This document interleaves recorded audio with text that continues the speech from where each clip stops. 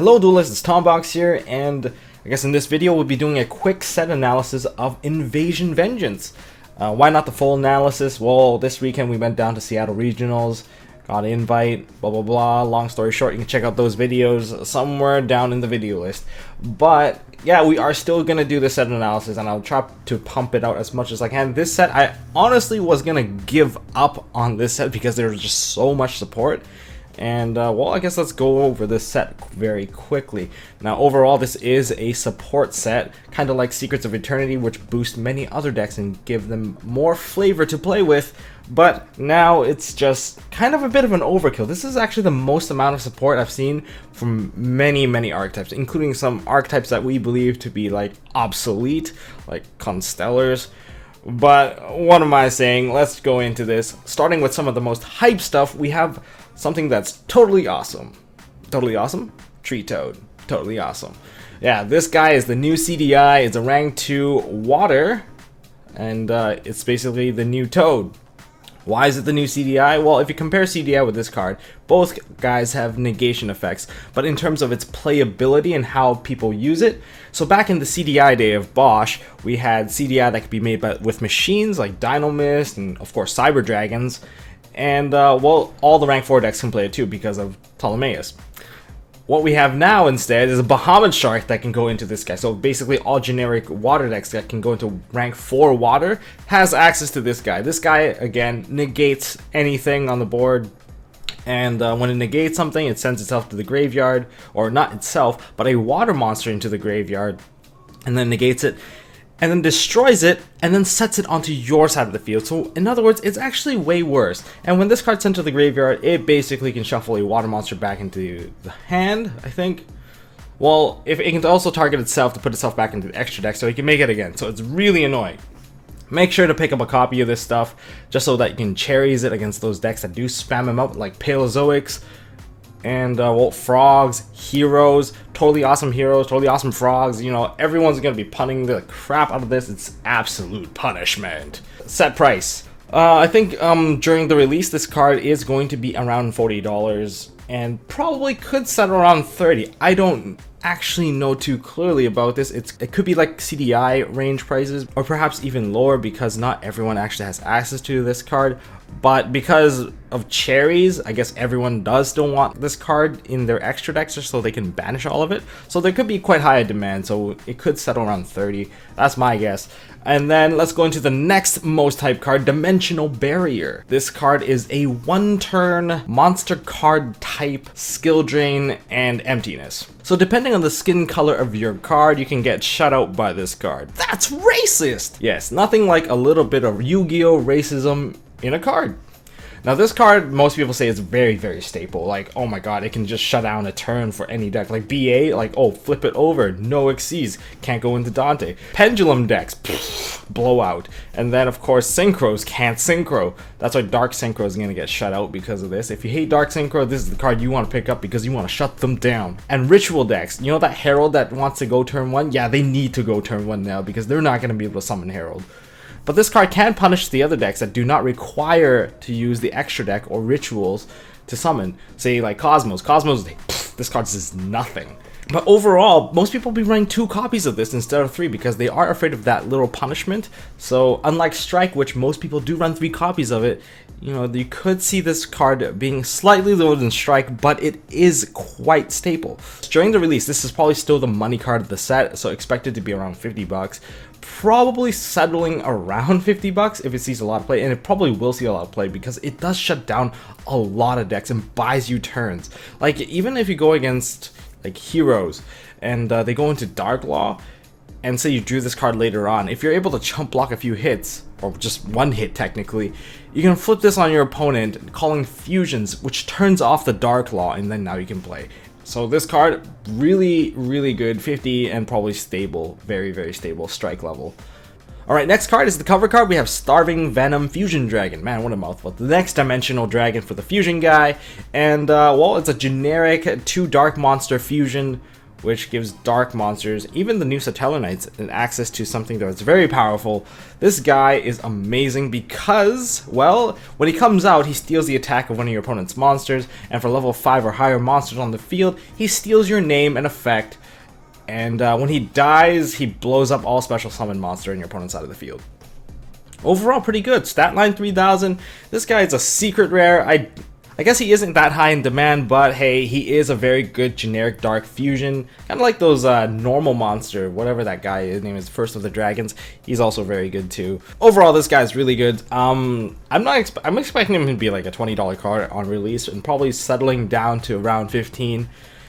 Let's go into the next hand trap that's also a secret rare, which is Cerebus the Ancient and Ascended. This guy basically protects your monster as a hand trap, which is kind of different, from any targeting effects. So it basically can prevent your opponent from using ABC's banishing effect on you, but aside from the hand trap effect, which is coming from the discarding. So basically this monster on the field is like a Black Horn of Heaven, except that it can actually negate multiple monsters on summon, and bounces itself back to hand, which turns itself back into that hand trap.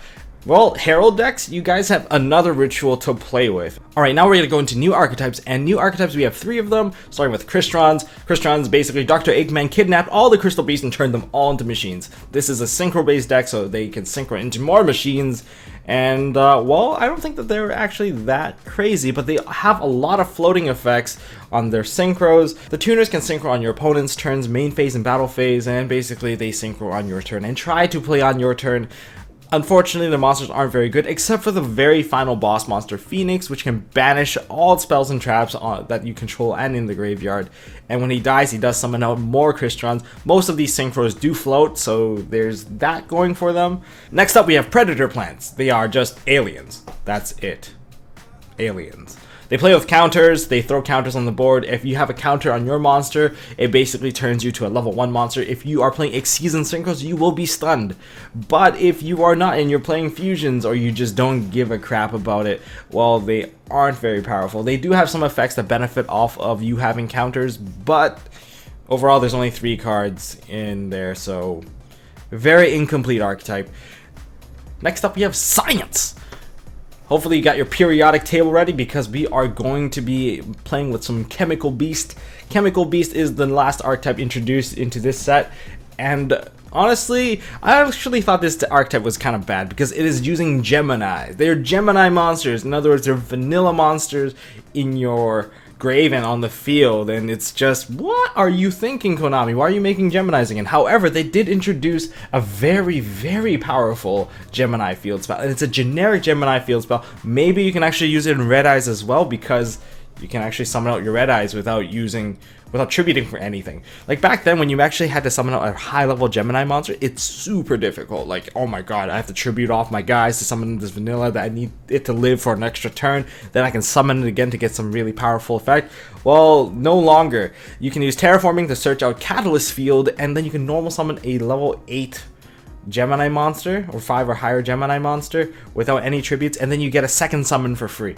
And holy crap, that just changes it completely.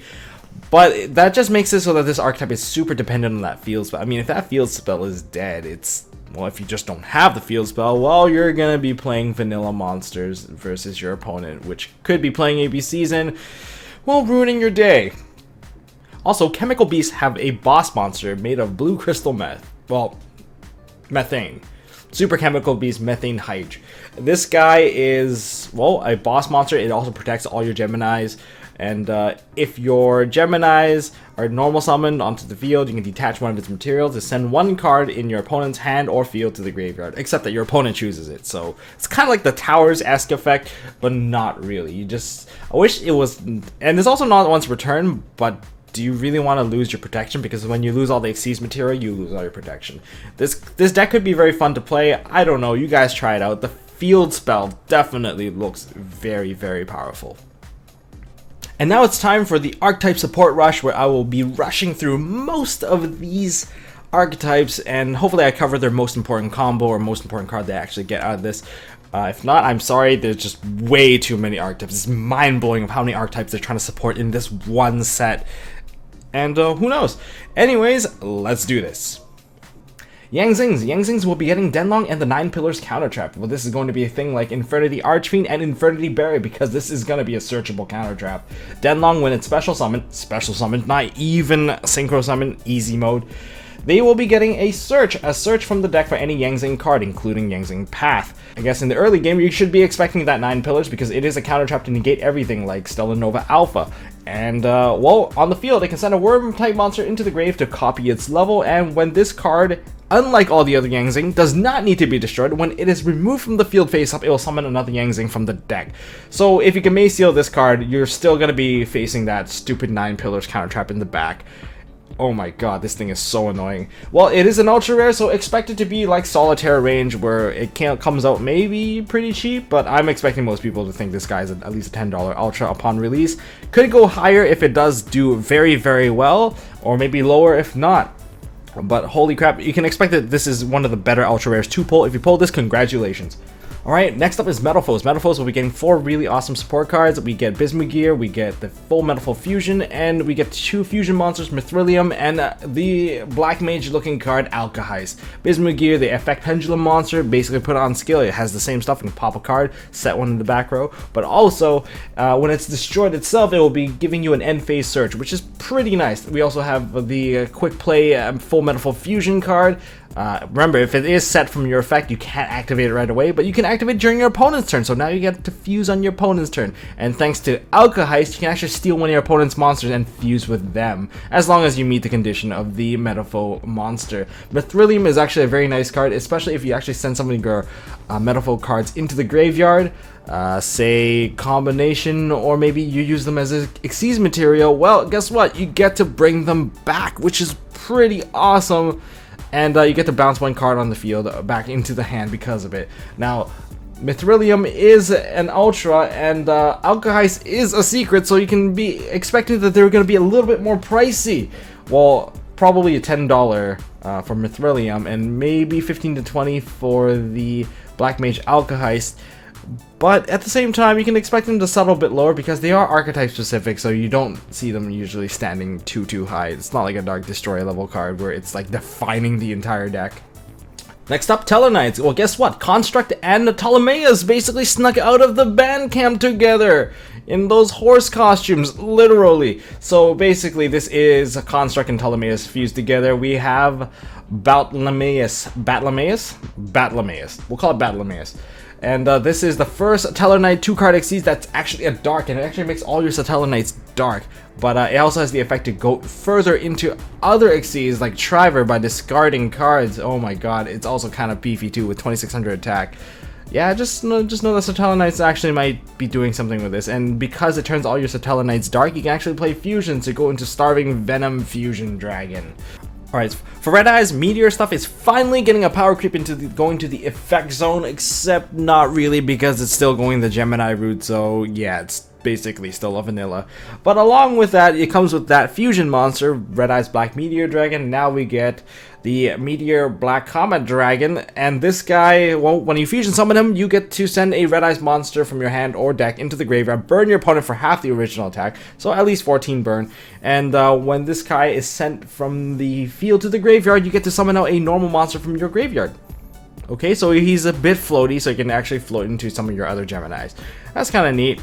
Next up, Spirals. Spirals get one hell of a good field spell. They get Spiral Resort, which is acting as a Rhoda. This is the Rhoda that they needed, but not the one that they deserve. Well, they kind of deserve it. Sorry, bad Batman reference, but the field spell is a target magnet as well, so you cannot target any Spiral cards except for this card. So it kind of screws over most of your effects if you try to target it. And, well, they also have a Recruiter monster, which is the Resort Staff. If you destroy the Resort Staff, this guy will come out. Kind of like when you capture the girl, the hero kind of kicks in, kind of deal. I still don't know what's the win condition of this deck, really, but except for the quick fix thing. Alright, next up, Subterras. Subterras are still kind of looking a bit subpar. Seriously though, the Subterra Nemesis Archer is still really cool. Being a secret rare and all, unfortunately she is a secret rare. Maybe not too expensive. I hope she's not too expensive. Well, she can dig out your Subterra Behemoths out of your deck when she dies. And you have gained 2 more flip effect monsters. You get one that's basically a Book of Eclipse and one that is a set popper. So if you actually get both of them on the field, maybe you can flip one to book everything and then flip the other to just target set cards on the field and then pop them. You also get a trap that's blanket protection. You cannot be destroyed by card effects, nor can you be targeted. And when you banish them from the graveyard, you get an extra Book of Moon. But it feels like they still can't really play on your opponent's turn. Maybe you can actually slow them down long enough so that you can actually play on your turn. Next up, we have Pot of Acquisitiveness. Well, this card is a Burial Upstart pot where you get to shuffle back 3 banished monsters from either player's banish zone, and then you get to draw 1 card. And this is a counter to Ghost Reaper Winter Cherries, as say you throw away all my ABC Dragon Busters, well, I will get them all back and draw 1, and you're at a -1. Aside from that, this card can actually counter ABCs as well, because if ABC Dragon Buster tries to tag back into the 3 monsters, well, it has to tribute itself as cost, and then you get to summon all 3. But if you actually shuffle all 3 back in, it would have tributed his Dragon Buster away, and then he would have lost all 3 targets. So you get to draw 1, kill a dragon, draw 1 card. I guess that's a +2, and goodbye ABC Dragon. Woo! Next up, we have XYZ Requiem Dragon and the rank up magic, the Phantom Knight rank up magic. I'm sensing a theme with all the negation stuff. These boss monsters all have some sort of negation effect, like CDI, Tree Toad, now this. Seriously, let me play the game. But this rank up magic is actually built for Requiem cards. Why? Because the 2 guys you can go into is number C80 Requiem and Berserk, and Dark Requiem Exceeds Dragon. Cyber Angels. They get Vishnu, another god, in their ritual arsenal. This is a Scarlet Dragon that pops all the special summon monster on your opponent's side of the field, dealing 1k per monster kill. That's huge. She can also attack twice, and she has a built-in Stardust effect to protect and negate destruction effects by sending in one of your ritual cards in your graveyard back into your deck. Alright, Paleozoics. Paleozoics are getting a bunch more synergy traps, which will send more stuff into the grave, and they're also getting a pseudo karma cut. And they get their actual XYZ that basically lets them activate traps from the hand. Well, Paleozoic traps. Too bad it isn't totally awesome. Arrow Mages. Smells like they got a new tuner and a new synchro. The tuner will tags herself out of the graveyard if you do control a Arrow Mage monster on the field and you have higher life than your opponent. And the level 5 synchro negates face-up cards upon gaining life. This is more subpar than Subterra. Psyframes finally buy an Intel Core i7 with multi-threader, which comes with anti-destruction protection. So this guy is basically a hand protection hand trap for your Psyframe cards, and in your hand it also counts as a driver. So it's a driver in your hand, also in the graveyard, so when you summon out your other Psyframe cards by negating stuff, you can also summon this guy out instead. Now we have pissed off performables because they look so angry because they know that they suck. Maybe except for Giraffe. Giraffe looks kind of cool, and he has a Fiendish Chain effect. But seriously though, they look so angry compared to the old performables, which were happy and jolly. And did you hear? Gradle's had a baby. Now they have Gradle Slime Jr. This baby will special summon another Gradle upon summoning, and he floats into more Gradles. So potentially stealing 2 monsters in 1 turn, but he's so cute! Look at him! He's also a tuner, by the way, so just beware of that. Fairy Tales finally get their Sleeping Beauty, which turns your spell and trap cards into a Book of Moon by tributing one of their other monsters on the field. Now don't Pot of Desires when she's around with another monster, because you're going to be Book of Mooning her for the cost of 10 banished cards. And also when she flips herself face up, her flip effect is to special summon 1 monster from hand, and there's no condition on this. She can special summon a Charistia out of hand if she wanted to. Now, Draco Ruler, the true Draco Rulers, you get the water one. Sadly, they're just E-Dragon wannabes that are worms. They have a Destruction Summon effect. This one needs to destroy water monsters. If you do destroy 2 water monsters, you get to banish, what, I believe 2 spell or traps on the field. That's okay, but she has a stat line of 1800, 3000. Basically, redox stats. And who would have thought that Cleese would be getting a Phoenix Down? Well, not really Phoenix Down, a Clifford Down. Clifford Down, well, is a trap monster. That's not exactly a trap monster. It doesn't count as a trap monster, but it has 1800 level 4, 1000 for... But it has a very unique thing that it counts as 3 tributes for an Apocryphort monster, like Towers. It's banned. Maybe Towers will come back to 1, but for now you can actually summon Skybase with 1 tribute, which is still pretty okay. I don't know if anyone's playing Cleese anymore. Ciphers, yay, Twin Raptor. Cardians, yay, Cardception. More Grave Stunning Synchros, and Super Heavy Samurais gets a fat ninja. What? Samurais can't be ninjas, can they? What the? Constellars! They finally go play Pokemon Go and decide to get a battery pack, and this battery pack is Constellar Tempest. This card, during your end phase, you can target 2 of your Constellar XYZs that you control that have materials. Detach everything from those 2 targets, and then you can half your opponent's life.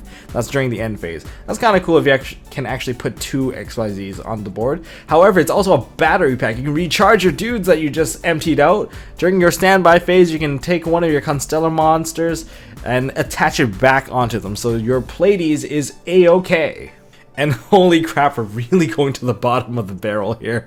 We have X-Sabers gaining a quick play spell. You can use it in the damage step, specifically stated by Konami. Basically, when you take damage, you can regain the life damage that you took, and then you can search yourself for an X-Saber spell or a Gotham spell. What are you thinking? Why do we need this?